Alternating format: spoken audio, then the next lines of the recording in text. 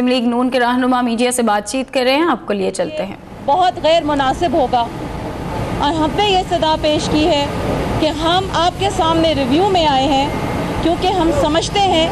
کہ انصاف کا محور بھی سپریم کورٹ ہی ہے، اور ہم یہ سمجھتے ہیں کہ ریویو سننے کا اختیار آپ کے پاس ہے۔ محمد نواز شریف اور ان کے خاندان نے سپریم کورٹ کی جورسڈکشن کو چیلنج نہیں کیا، باوجود اس کے کہ ان کو ہم سب نے مل کے یہ ایڈوائز کیا تھا کہ 184(3) کی جورسڈکشن کو چیلنج کیا جائے اور اس بات کا تعین کیا جائے کہ آیا کہ یہ کیس سپریم کورٹ سننے کی اہلیت بھی رکھتا ہے کہ نہیں، مگر محمد نواز شریف صاحب نے اپنے اور اپنے خاندان کو پیش کیا سپریم کورٹ کے سامنے کیونکہ ان کے ہاتھ مکمل طور پہ صاف ہیں۔ لیکن بدقسمتی سے جس طرح کا فیصلہ آیا اور جس کے ریویو کو آج ہم دیکھ رہے ہیں، ہمیں بہت ساری ایسی مثالیں ملی جو ہم کورٹ کے سامنے آج رکھ رہے ہیں کیونکہ ایسا محسوس ہوتا ہے کہ انصاف ہمیں نہیں ملا۔ ہمیں انصاف اس لیے نہیں ملا اور ہم نے یہ بات ان کے سامنے رکھی کہ جو جے آئی ٹی کی رپورٹ ہے وہ نامکمل ہے،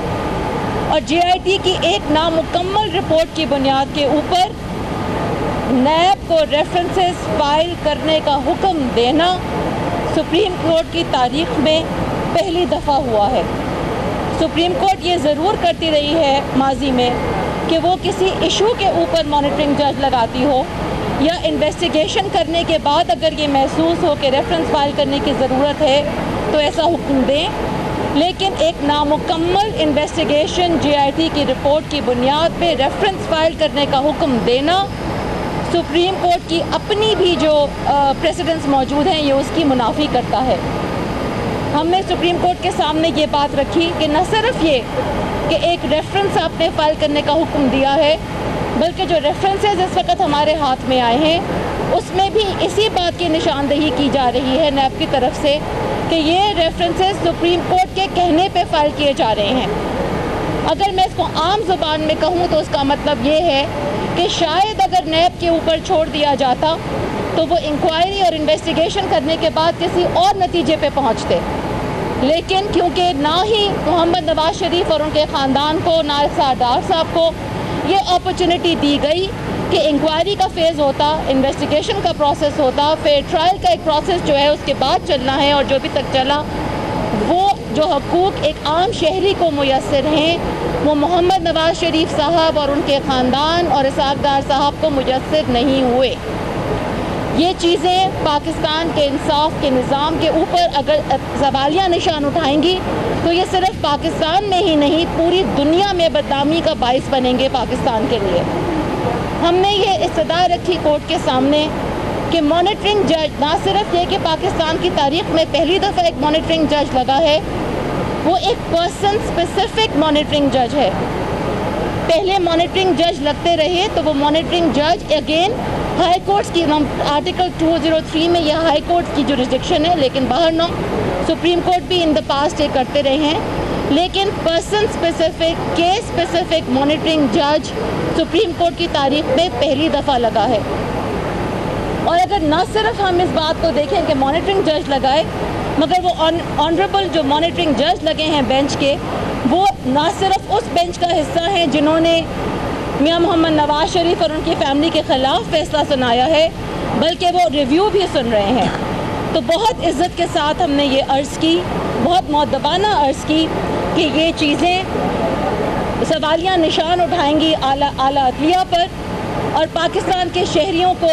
اس تحفظ کا احساس رہنا چاہیے کہ سپریم کورٹ ان سے انصاف کرے گی اور ان کا کوئی بھی ایکشن جو ہے وہ ان کے بنیادی حقوق کو ہنڈر نہیں کرے گا۔ ایک اور عرض میں یہ کرنا چاہوں گی، اور یہ خواجہ حارث صاحب نے محمد نواز شریف صاحب کے بہاف پہ عرض کی کہ آپ نے جو ایسٹس کی ڈیفینیشن لی ہے، یہ بنیادی قانون کا اصول ہے کہ اگر بہت ساری ڈیفینیشنز موجود ہوں تو ان میں سے وہ ڈیفینیشن چنی جاتی ہے جو پٹیشنر کو سپورٹ کرے، لیکن ایسا محسوس ہوتا ہے کہ قانون کی کتابوں کو پڑھتے ہوئے، ڈیفینیشنز کو کھنگالتے ہوئے، انٹرنیٹ کے اوپر سرچ کرتے ہوئے جس ڈیفینیشن کا سہارا کورٹ نے لیا وہ ڈیفینیشن شاید اکیلی ہی ڈیفینیشن تھی جو ان کو موزوں لگی، اور وہ ڈائریکٹلی محمد نواز شریف صاحب کے خلاف جاتی تھی۔ خواجہ حارث صاحب نے کہا کہ جو تنخواہ انہوں نے لی ہی نہیں، جو تنخواہ انہوں نے اپنی بیٹی کی کمپنی سے لی ہی نہیں، اس کی بنیاد کے اوپر پر سے ایک فیصلہ کرنا کہ ڈسکوالیفائی کر دیا جائے ایک کروڑوں عوام کے نمائندے کو، صرف اس بنیاد پہ کہ آپ کے سامنے ہم نے اتنی عرض کر دی کہ ہم نے انکار نہیں کیا کہ ہم کیپٹل زیڈی کے چیئرمین تھے، ہم نے اس بات سے انکار نہیں کیا، ہم نے ڈسکلوز کیا، ہم نے پیپرز لگائے، تو صرف اس بات کے اوپر ڈسکوالیفائی کر دینا، وہ بھی 62(1)(f) کے نیچے، اس کی بھی مثال سپریم کورٹ سے ہمیں کہیں نہیں ملی۔ جو ڈسکوالیفیکیشنز ہوئی بھی ہیں ان دا پاسٹ، وہ ایک پورے پروسیس کے ذریعے ہوتی ہیں، ٹرائبیونلز میں کیس سنا جاتا ہے، الیکشن کا پورا قانون موجود ہے، اس میں سیکشن 76A موجود ہے، آپ الیکشن کو وائڈ ڈکلیئر کر سکتے ہیں، لیکن سپریم کورٹ نے ایک ایکسٹریم میجر لیا، محمد نواز شریف صاحب کے لیے نئی مثالیں قائم کی۔ محمد نواز شریف صاحب جو 3 دفعہ اس ملک کے وزیر اعظم ہیں، جنہیں کروڑوں لوگ ووٹ دے کے بھیجتے ہیں، ان سے ہمیں کیا مخاصمت ہو گئی کہ ہم نے پہلی دفعہ مثالیں قائم کرنا شروع کر دی محمد نواز شریف کے لیے۔ ہم نے کورٹ کے سامنے اس ریویو میں اس بات کو رکھا ہے اور ان سے صدا کی ہے کہ آپ اس بات کو نوٹ کریں کہ محمد نواز شریف کوئی بھی ممبر پارلیمنٹ جس کو لوگ ووٹ دے کے بھیجتے ہیں، اس کو ہٹانے کا ایک طریقہ کار جو موجود ہے، اس طریقہ کار سے ہٹ کے نئی مثالیں قائم نہ کی جائیں اور اس قسم کی جو آرڈرز آ گئے ہیں ان کو دوبارہ دیکھا جائے۔ ہم نے کورٹ کے سامنے یہ بات رکھی کہ محمد نواز شریف صاحب نے کبھی وہ تنخواہ کلیم نہیں کی، جو تنخواہ کلیم ہی نہیں کی وہ ان کا ایسٹ کیسے بن گئی؟ جو چیز ان کا ایسٹ ہی نہیں ہے اس کے اوپر ان کو ڈسکوالیفائی کیسے کر دیا گیا ہے؟ اور اگر اس کے باقی تمام پیرامیٹرز کو نہیں دیکھا گیا کہ کیا مجھے کوئی فائدہ تھا وہ چھپانے میں، اس تنخواہ کو میں نے کوئی ناجائز فائدہ اٹھایا ہے اس تنخواہ کو چھپا کے، اگر میں نے یہ نہیں کیا تو مجھے ڈسکوالیفیکیشن بھی 62(1)(f) کی اٹریکٹ نہیں کرتی۔ اور فائنلی ہم نے یہ صدا کی ہے کورٹ سے، شاہد حامد صاحب پیش ہوئے اسحاق ڈار صاحب کے حوالے سے، جس کو انہوں نے بتایا کہ اسحاق ڈار صاحب نے 37 سال ٹیکس ریٹرنز فائل کیے، لیکن انکم ٹیکس کے ادارے FPR نے ایک دفعہ بھی اس پہ کوئی سوال نہیں اٹھایا۔ مشرف کے تاریک ترین دور میں جب ایک نیب کے پاس انکوائری آئی بھی انانیمس، اس پہ بھی نیب نے وہ تلوار ان کے سر پہ لٹکائے رکھی اور 16 سال کے بعد فیصلہ دیا کہ یہ ایلیگیشن جھوٹی تھی اور یہ انانیمس اپلیکیشن کا کوئی سر پیر موجود نہیں۔ اسی ایشو پہ نیب جب ایک دفعہ سے حاصل فیصلہ دے چکی تو بار بار جو اٹھائے جاتے ہیں ایشوز ان کو دیکھنا چاہیے، ہمیں سیاسی تناظر میں ہمیں دیکھنا چاہیے کہ ایک وشس انوائرمنٹ کے تناظر میں جب چیزیں ہو رہی ہوں تو اس کے اندر انصاف کا پہلو جو ہے وہ ہماری آنکھوں سے اوجھل نہیں ہونا چاہیے۔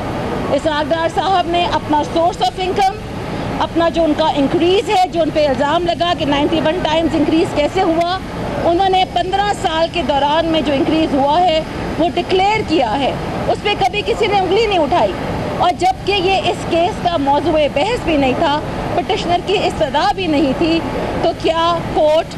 کوئی بھی چیز جو اس کے سامنے آئے اس پہ ریفرنس آرڈر کر دے گی؟ یہ سوالیہ نشان ہیں جو ریویو میں ہم نے اٹھائے ہیں، اور ہم امید کرتے ہیں کہ اعلیٰ عدلیہ ہماری جو سبمیشنز ہیں ان کو قانون اور آئین کے تناظر میں جج کر کے فیصلہ دیں گے۔ ایک بات میری رہ گئی تھی، پھر میں عرض کرتا ہوں، بڑی انٹرسٹنگ سی بات ہے، علمی لطیفے کے طور پر میں عرض کرتا ہوں۔ ہمارے ریویو میں یہ لکھا ہوا ہے کہ آپ کو معلوم ہے کہ نواز شریف صاحب کو نااہل کیا گیا ہے کہ انہوں نے تنخواہ نہیں لی اور یہ ان کے ایسٹ تھے، اور قانون میں چونکہ ڈیفینیشن نہیں تھی، ایک کتاب ہے اس کا نام ہے بلیک لا ڈکشنری، وہ اتنی موٹی سی کتاب ہوتی ہے اور اس میں ڈیفینیشنز ہوتی ہیں کہ اس ڈیفینیشن میں لکھا ہوا ہے۔ پہلی بات تو ہے کہ اس میں بہت ساری ڈیفینیشن لکھی ہوئی ہیں کہ لیکن جس ڈیفینیشن کی بنیاد کے اوپر نواز شریف کو ڈسکوالیفائی کیا گیا ہے وہ بلیک لا میں موجود نہیں ہے۔ کل آپ نے نیوز اخبار میں بڑی تفصیل سے پوچھ لیا ہوگا کہ بنیاد جس کوالیفیکیشن کی بنائی گئی تھی کہ یہ ڈیفینیشن جو ہم لے رہے ہیں یہ ڈیفینیشن بلیک لا میں ہے، ڈکشنری میں۔ بلیک لا میں ہے نہیں، ہم نے ایک ایڈیشن پڑھا، پھر دوسرا ایڈیشن بھی لا کے دیکھا، تیسرا بنا کے دیکھا، وہ وہاں نہیں تھی۔ اس کے اوپر آپ کو پتا میں روز آپ کو شعر سناتا ہوں، ایک مجھے بھی شعر یاد آ رہا ہے، کہتے ہیں لکھا تھا جس کتاب میں کہ عشق حرام ہے، ہوئی وہ کتاب گم بڑے مزے کی بات ہے۔ اس کتاب میں لکھا گیا تھا کہ نواز شریف صاحب کی ڈیفینیشن میں وہ ڈسکوالیفائی ہوتے ہیں، وہ اس کتاب میں ڈیفینیشن نہیں ہے۔ جی میم آپ نے یہاں پہ ایک پوائنٹ ریز کیا کہ یہ وہی ججز ہیں جنہوں نے پہلے فیصلہ کیا تھا، آپ ریویو میں بھی ہیں، تو آپ کو کیا توقعات ہے کہ ہم نے بھی اندر سنا جو صورتحال چل رہی تھی اس کے بعد آپ کیا کہیں گے؟ دیکھیے میں یہ امید کرتی ہوں کہ یہ مشرف کا دور نہیں ہے، یہ کسی ڈکٹیٹرشپ کا دور نہیں ہے۔ میں یہ سمجھتی ہوں کہ جن حالات اور واقعات سے ہم گزر رہے ہیں، محمد نواز شریف اور ان کے خاندان کے جو شہری حقوق ایک عام پاکستان کے شہری کو ملتے ہیں، وہ حقوق محمد نواز شریف کو اور ان کے خاندان کو ملیں گے۔ اور اگر ان کے لیے کوئی نئے اصول طے کیے گئے، 3 دفعہ کے الیکٹڈ وزیر اعظم کو جو کروڑوں لوگوں کا ووٹ لے کے آتا ہے، اگر اس کے لیے کوئی نیا قانون کو نئے طریقے سے پڑھا گیا تو عوام اس کو مسترد کر دیں گے۔ مگر مجھے امید ہے کہ سپریم کورٹ خود بھی نہیں چاہے گی کہ وہ اگر کوئی ایسا فیصلہ ان سے ہو گیا ہے جو کہ اس پہ نظر ثانی کی گنجائش موجود ہے، جو کہ ہمیں محسوس ہوتا ہے کہ ہے، وہ ضرور اس پہ نظر ثانی کریں گے۔ دوسرا میڈم نے جو کہا ہے اس کا ایک پہلو اور بھی ہے کہ جو اندر آرگومنٹ ہوا کہ ایک جج صاحب فاضل ایسے ہیں جو پہلے فیصلے میں بھی شامل تھے، وہ دوسرے فیصلے میں بھی شامل تھے، اب وہ مانیٹرنگ جج ہیں۔ ادب کے ساتھ یہ کہا گیا کہ یہ بات مناسب نہیں ہے، لیکن میں ایک عرض کروں، سارے فیصلے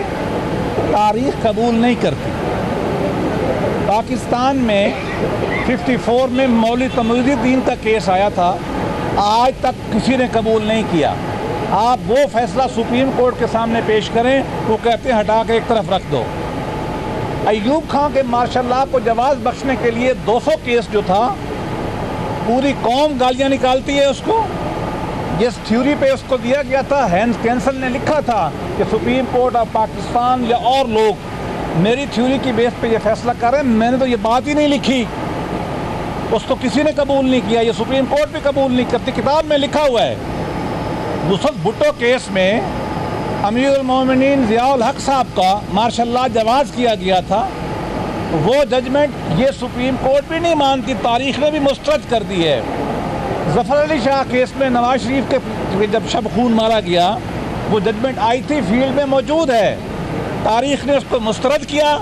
اور آج بھی یہ سپریم کورٹ اس ججمنٹ کو کوٹ کرنے پہ تیار نہیں ہے۔ ذوالفقار علی بھٹو کو پھانسی دے دی گئی، وہ تشریف لاڑکانہ میں مدفون ہیں، ایک تو لوگوں کے دلوں میں ہیں، اور وہ ججمنٹ تاریخ نے کنڈیمڈ کر دی ہے، اور کوئی جج بھی سپریم کورٹ سمیت وہ ججمنٹ کو کوٹ کرنے پہ تیار نہیں ہے۔ میں یہ نہیں چاہتا کہ ہماری سپریم کورٹ کا اس فیصلہ بھی کتابوں میں اس کے بارے میں یہی رائے دی جائے۔ Thank you. ایک میں بات ایک عرض کر دوں کہ آپ نے یہ فرمایا ہے اور یہ بات بار بار سامنے آ رہی ہے کہ کیوں مانیٹرنگ جج لگا، کیا ضرورت پیش آ گئی کہ اتنا پہلی دفعہ سپریم کورٹ جو ہے وہ کوئی جج کے ذریعے سے ایک اسپیسیفک کیس کے اوپر اس طریقے سے ایک رستہ اختیار کر رہے ہیں جس کو نیب بھی اپنے ریفرنسز میں کوٹ کر رہا ہے، تو آنریبل بینچ نے یہ آبزرو کیا کہ چیئرمین نیب کوآپریٹ نہیں کر رہے۔ تو میری یہ استدعا ہے کہ اگر چیئرمین نیب کوآپریٹ نہیں کر رہے تو ایک شخصیت کی وجہ سے کیا ہم نئے سرے سے کوئی ایسے پریسیڈنٹس قائم کریں گے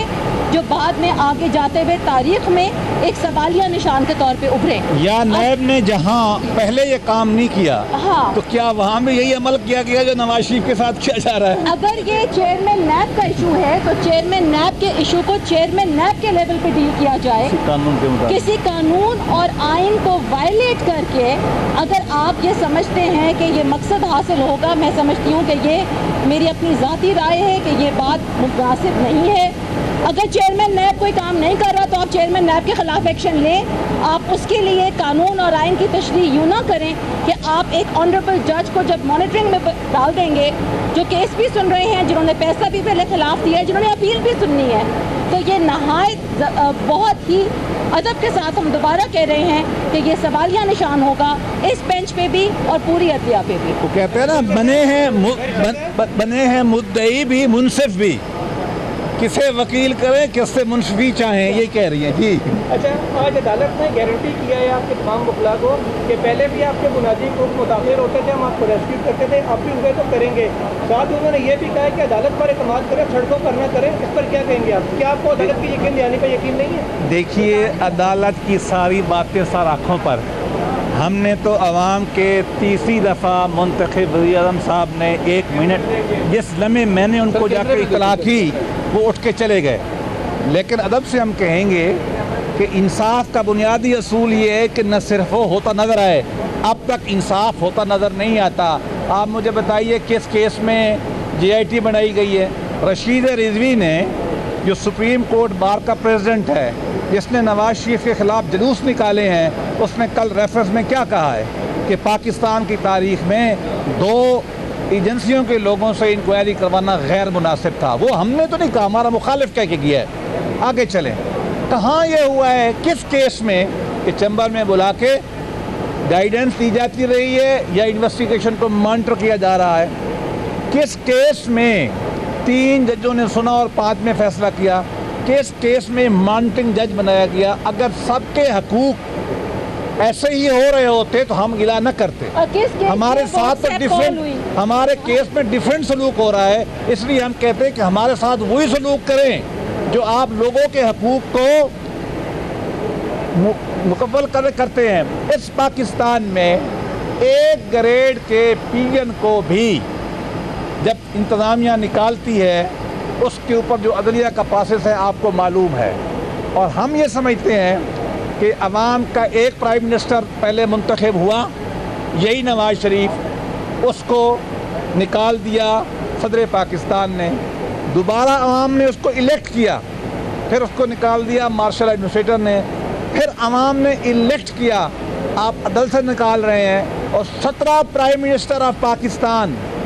17 prime minister of Pakistan tenure پورا نہیں کر سکے. پہلا مارشل ایڈمنسٹریٹر آیا، سپریم کورٹ نے کہا آپ بیٹھ جائیں، تو 11 سال بیٹھا رہا ایوب خان. دوسرا مارشل ایڈمنسٹریٹر آیا امیر المومنین، سپریم کورٹ آف پاکستان نے نصرت بھٹو کیس میں کہا کہ آپ بیٹھیں، وہ 10 سال بیٹھا.